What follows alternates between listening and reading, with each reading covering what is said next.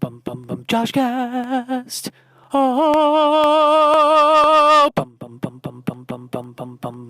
it's the podcast that you never know what you're gonna see, 'cause you don't see anything. JoshCast. Oh, he's clearly ripping off a song from Queen. JoshCast. Dun dun dun dun dun dun. Or maybe it's not clear until he mentioned it. There's a lot of considerations in this opening. Definitely dealing with self-conscious issues.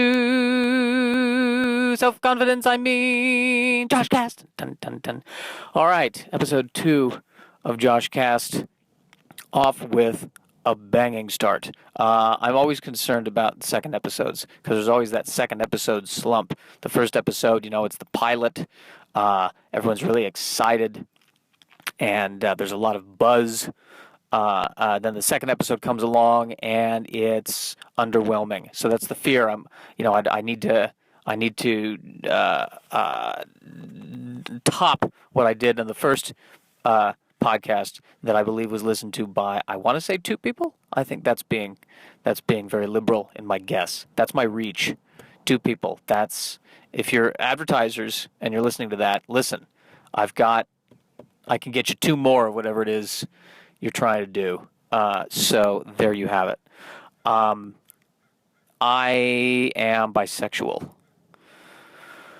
Probably. And this has been, what is this? I'm more attracted to women than I am to men.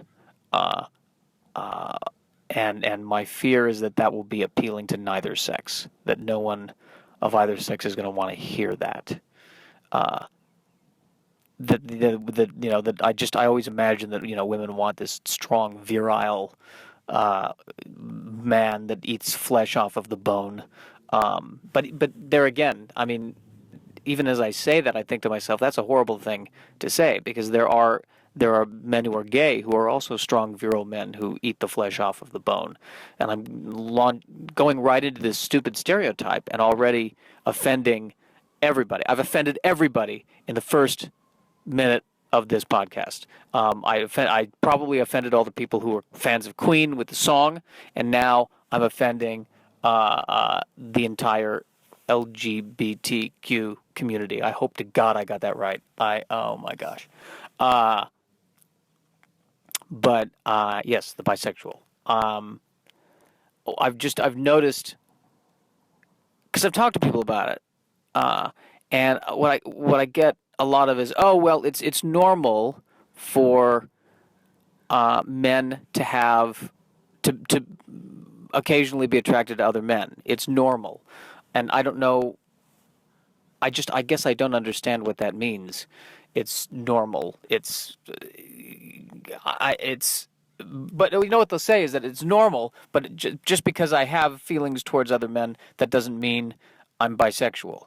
But the problem with that is that the definition of bisexual is you're attracted to more than, 2 sex. That's the binary, 2. It's like the binars in Star Trek: The Next Generation. There was the ones and zeros. There's just, a 2-digit system. There's 2. There's 1, 2. There's women. There's men. Bi. That's what that means.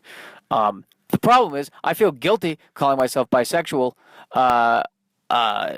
because I don't feel like it's an even attraction. I'm more attracted to women than I am to men, and I feel like I'm doing bisexuals who are equally attracted a disservice. I'm afraid they're going to think that I'm trying to cash in on the name bisexual, kind of like in that Seinfeld episode where the dentist who was not Jewish was saying he was Jewish so he could do the jokes. That's the fear.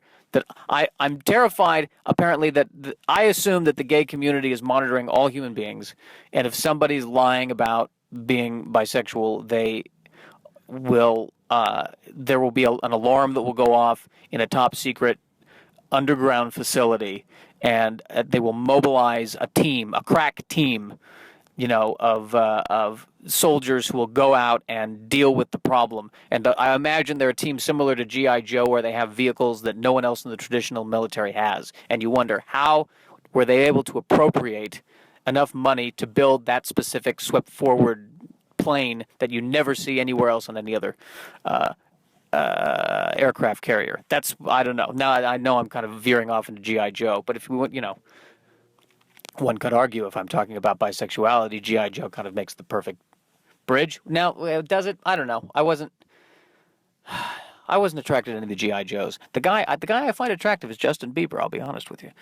I don't know what it is. Is it the boyishness, the innocence, with the hint of the rebel? I'm not sure. Very scary to admit this on pod. I feel like the 2 listeners I have are now gone. That's what's that is what's going to happen with this podcast. I'm not sure. But then I tell people I'm attracted to Justin Bieber, by the way, and what I've gotten multiple people saying, "Oh, well, he looks like a woman," which I guess they're just suggesting that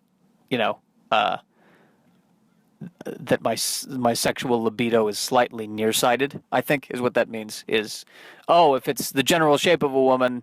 Then I'm, what I feel like when people say that to me, he looks like that they're still trying, maybe I'm projecting this on them, but I feel like they are still trying to frame me as heterosexual. That's what bothers me about this whole thing, is that why do I have to label myself anything? Why can't I just be a human being? And if I want to, be with a man on Monday and then be with a woman on Tuesday. I don't think that wouldn't be consecutive Monday and Tuesday, by the way, because I don't think I'm a casual sex kind of guy. It would need to be, here's what it would be. It would be Monday, I'd be with the guy, and then my neuroses would probably destroy that relationship, and then I would feel horribly guilty about it for a year, and then a year later, on that Tuesday, then I would be with a woman, and then that would go horribly wrong, and then for another year, I'd be depressed, and then I don't know what I would do. I would probably get a cat. I really think that's where I need to go. I could nail the cat lady. Well, not in that sense, but I mean, I'd be a great cat lady. I'm a wonderful cat lady. I don't talk to people.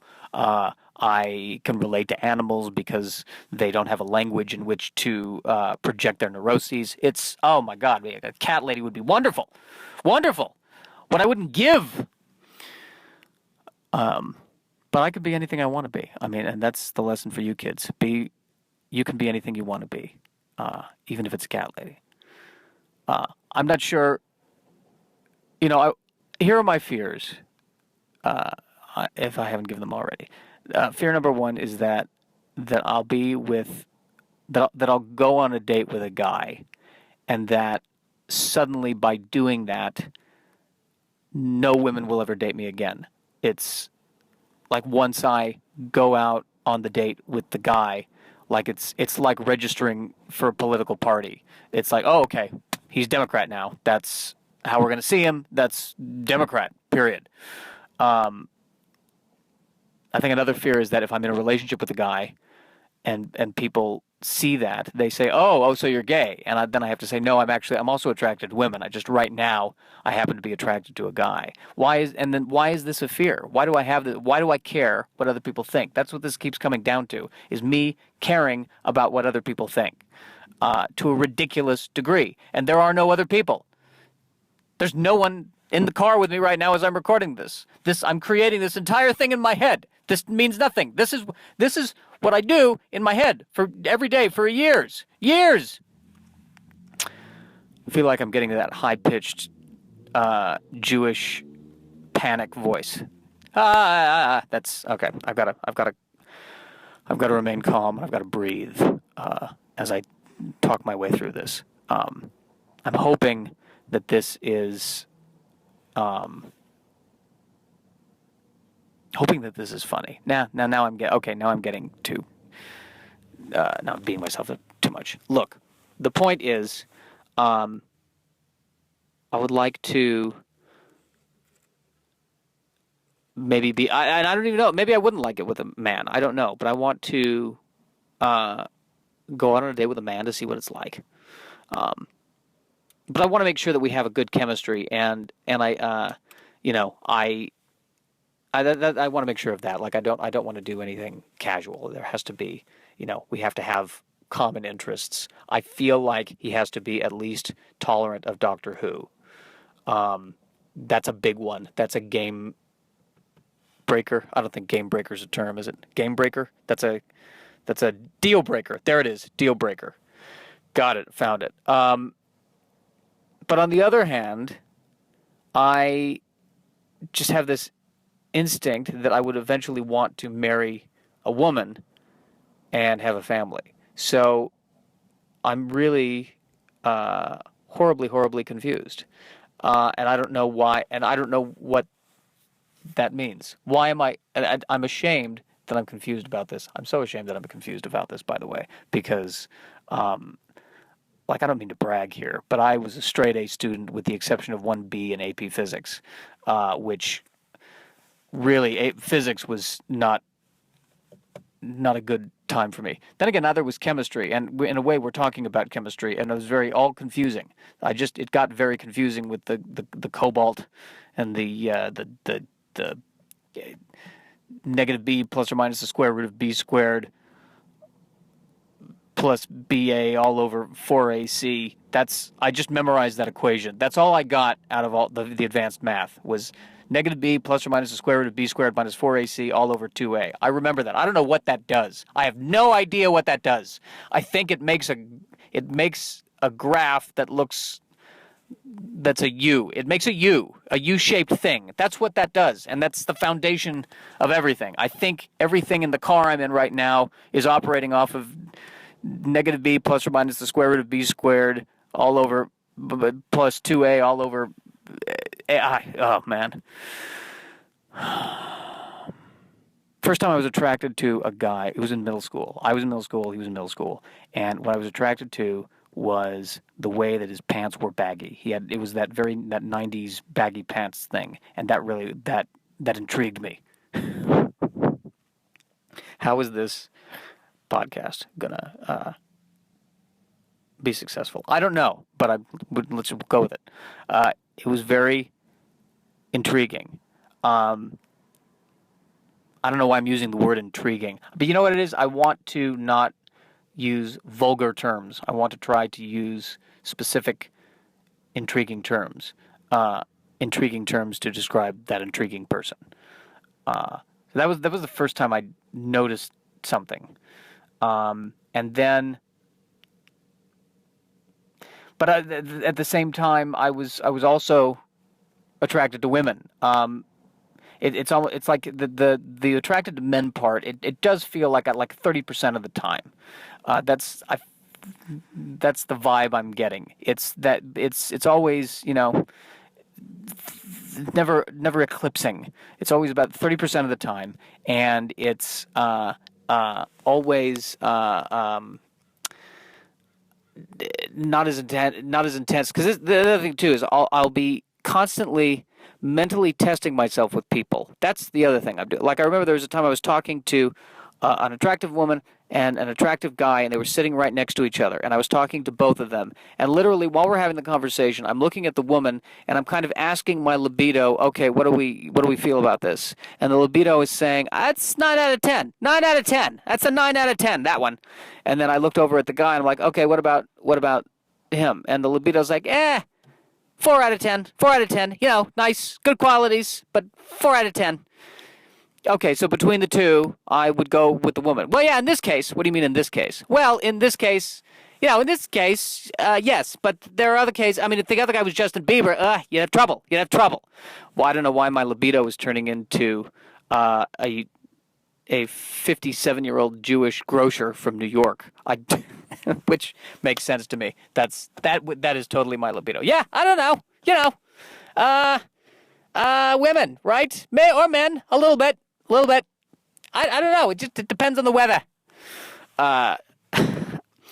That's what I go through, and that's where I'm at with that. Now let's just deconstruct what happened. First of all, I don't know how long that was.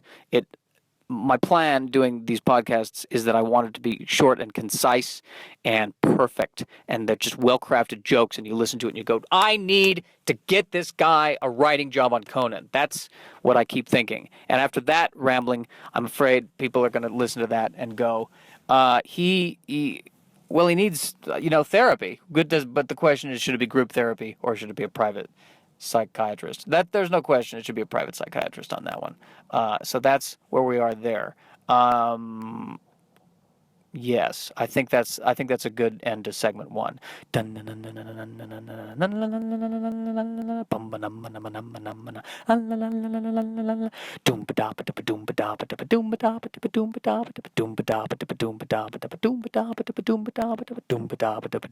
Okay, so I did a lot of musicals in high school. I think this makes here's what I was about to say. That I did a lot of musicals of high school. And I did a lot of musicals in high school, and that fits in with the last topic. And I was saying that because I'm equating in my mind that musicals are gay, which, again, is another stupid cliche that I find disgusting when I hear other people say that. So already, this segment has started out for me. I'm seeing how caught in a mid-20th century antiquated state of mind that I'm in. That's the problem. I need to go beyond this. I need to get to the notion that there should be no labels. That people should be able to do whatever they want to do as long as it's consensual and within the bounds of the law. That's what I believe in. That is what I believe in. And that's what I have to, and all these cliches about gay people do music. That's what am I saying with that? That's ridiculous. Stop it, Josh. Stop it. I refuse to go on with this segment without another musical interlude because of that. So that segment, we're going to stop right there, and we're going to do another segment.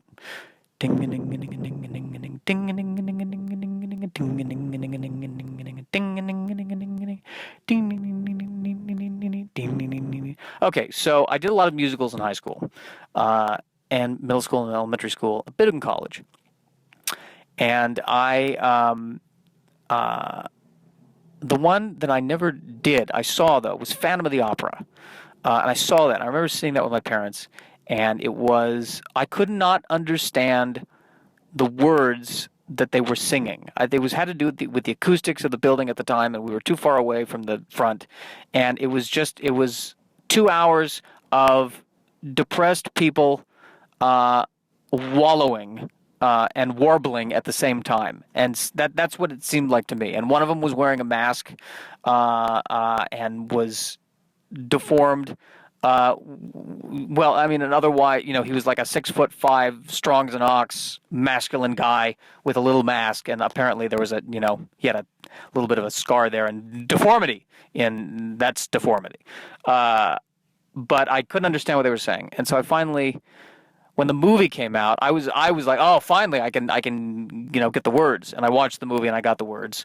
And I still think about Phantom of the Opera to this day. I'm thinking about it right now. There's just something compelling about it. The one thing that I noticed about Phantom of the Opera, though, is that you've got this phantom who's killing people, a lot of people, at least 5 people.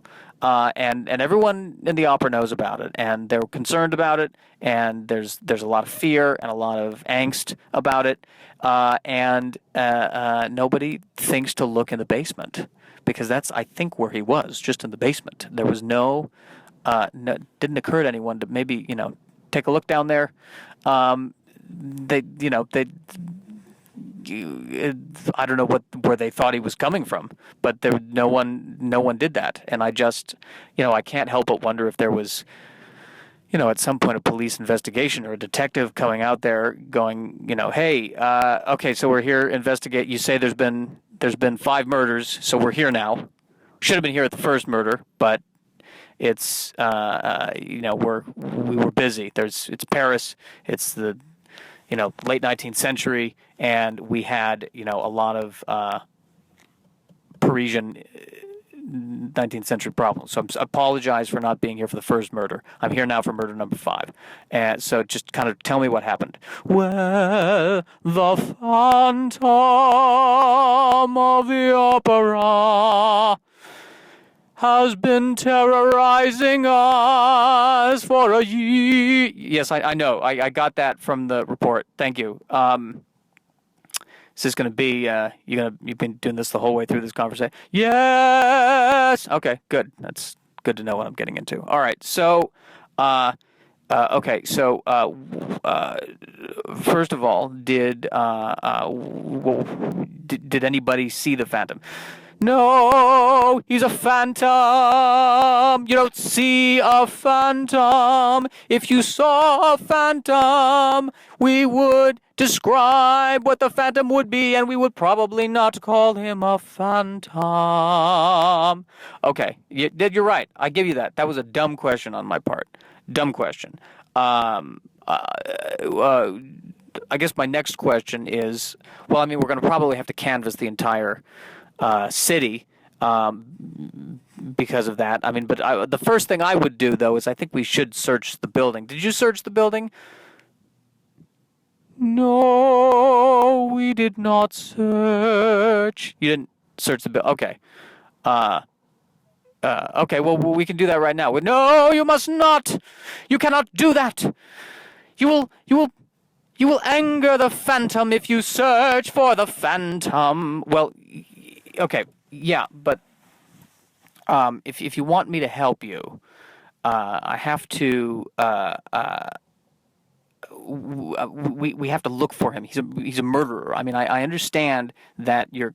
No, you must not. You will anger the phantom, and if the phantom is angered, he will kill again, and he will write another opera that we will have to perform. Wait a minute. So he kills people, and then he makes you perform operas. That's pretty intense. How are the operas? They're actually not that bad. They're pretty good, to be honest with you. I mean, we've had better. I mean, it's not Mozart, but they are decent operas. The last one was about a love affair between a dentist and a queen. What? A love affair between a dentist and a queen. It was a comedy, right? No. A dentist and a queen. Well, that, all right. Okay, great. Well, I think we're getting off track here. You need to, okay, so we need to search the building. No, you must not go. You must not search the building. The phantom will get you. I'm a trained police officer. I have a gun and a stick, a nightstick, or a bobby. No, I'm a bobby. I'm called a bobby, and I have a nightstick, right? Well, that's not the point. The point, I have a gun. We're going to go with the gun. And chances are that's going to take care of it. But he might be otherworldly. He could be if he's writing an opera about a dentist falling in love with a queen, was it reciprocal in the opera? The queen? Yes, it was. The queen fell for the dentist, and the dentist fell for the queen, and their love was forbidden. Now, that sounds pretty good. Now, is it the kind of opera, I mean, were there like different themes, or was there like just one theme that they used throughout the entire opera because they could only think of one thing? No, multiple motifs. Well, quite good, but not Mozart good. Right? Not exactly Mozart good. How long is it playing? Oh, we're playing for another month at least. Possibly we will extend it if the ratings are good. Yeah, can I get some? Can I get some tickets? I can get you tickets for the matinee, to be sure. Oh, man. All right, yeah, I'll get 2 for Sunday. Yes, there you go. 2 tickets for Sunday. Thank you. That's very kind of you. But back to the murder. Okay, so what we should do we need to search the building. We're going to search the building, okay? We're going to do that. We'll probably start with the basement. Why would you start with the basement? Well, I mean, we could start with the room we're in right now, the lobby. I don't see a phantom. Do you see a phantom? Listen, his name is the Phantom. It implies that you cannot see the Phantom. Well, listen, don't get upset with me. I'm trying to help you. I'm a detective. I'm a Bobby. I'm a police. I'm an inspector. I'm an inspector, all right? I inspect. I'm trying to inspect. So okay. So I'm gonna go check the basement right now. Don't go into the basement. Keep your hands at the level of your eyes. What? Keep your hands at the level of your eyes.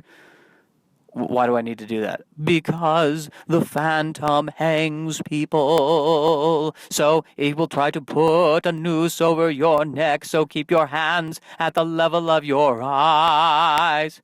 So he sneaks up behind people and he puts a noose over them and hangs them. Yes, that is what he does. That is what the Phantom does. He has killed 5 already. A stagehand named Javert, as well as a makeup artist named Sandra.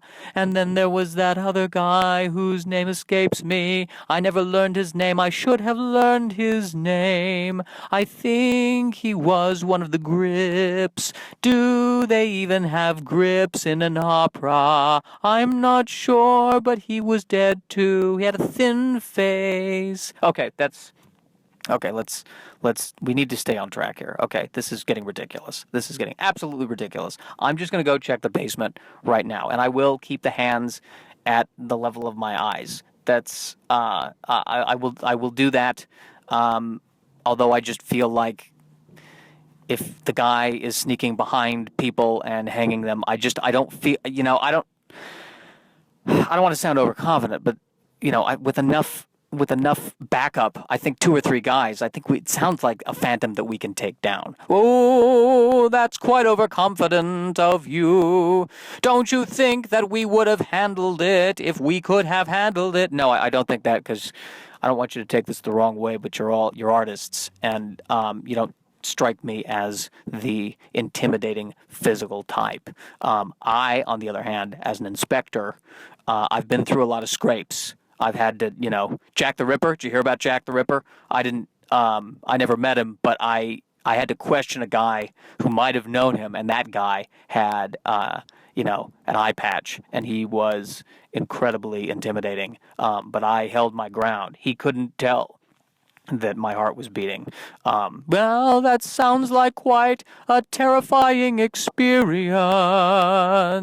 Truly terrifying. But I'm gonna check the basement right now. No, don't go down. We're going in circles. I'm checking the basement right now, and I'm keeping the hand at my level of my eyes. And I'm bringing, these other 2 guys that have been standing here the whole time that haven't been saying anything, because they're shadowing me. They're trainers. I mean, they're qualified, but this is the first day that they're on the job, and they're shadowing. And the 3 of us, we're gonna go down there and we're gonna deal with this. And that's gonna be that. Was it the tickets for this Sunday? Yes, the tickets are for this Sunday. Where are the seats? Box seats. Wow, that's great. I really appreciate that. No need to thank me, but remember to keep your hands at the level of your eyes. This. You've been singing really only 2 notes this entire scene. I've got to say, it's as if someone struck Sondheim on the face and then told him to immediately write a song. That's what this entire thing feels like. I really don't need to be talked to this way. I feel like you're misdirecting anger, and you're stalling because you are afraid of the Phantom, as you should be. That is why he is called a Phantom. If we knew what he looked like, we wouldn't call him the Phantom of the Opera. We would call him that creepy guy who kills people of the opera. All right. Well, we're going to go check the basement now. We'll be right back, okay? And they never came back. They were killed because the Phantom of the Opera is powerful. All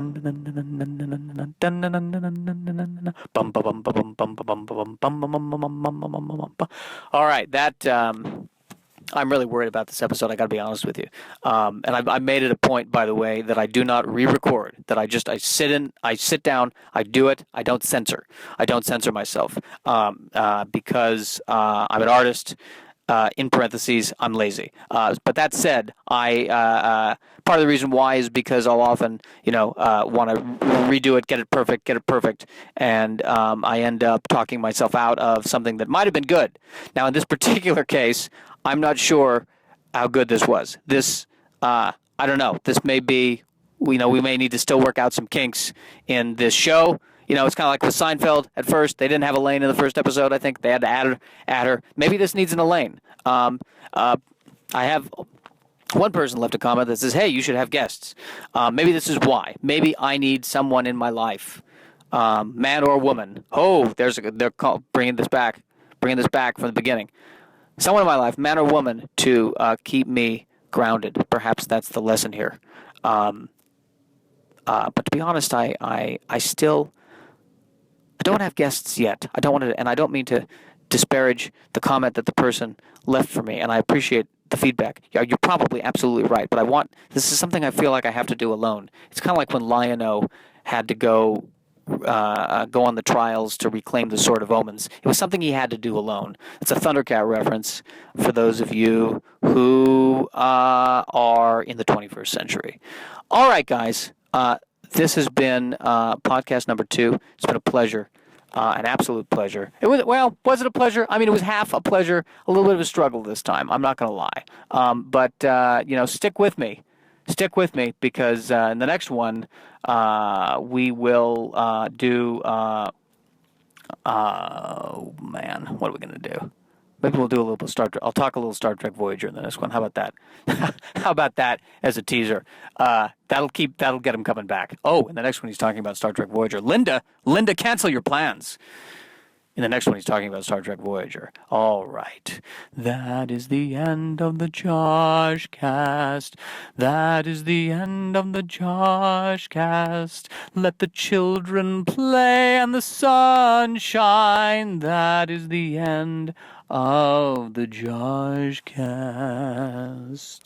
And now I will hit stop on the recording.